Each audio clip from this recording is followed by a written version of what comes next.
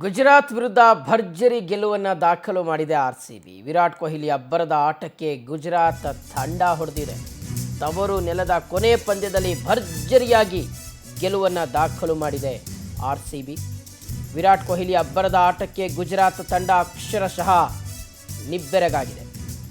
ತವರು ನೆಲದ ಕೊನೆ ಪಂದ್ಯದಲ್ಲಿ ಆರ್ಸಿಬಿ ಅಬ್ಬರಿಸಿದೆ.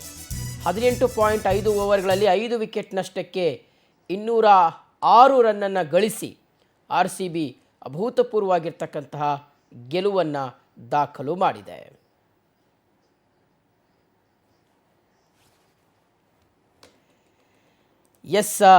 ಆರ್ಸಿಬಿ ಅಭಿಮಾನಿಗಳಿಗೆ ಮತ್ತೊಂದು ಗೆಲುವಿನ ಸಿಹಿಯನ್ನು ತಂಡ ಕೊಟ್ಟಿರುವಂಥದ್ದು.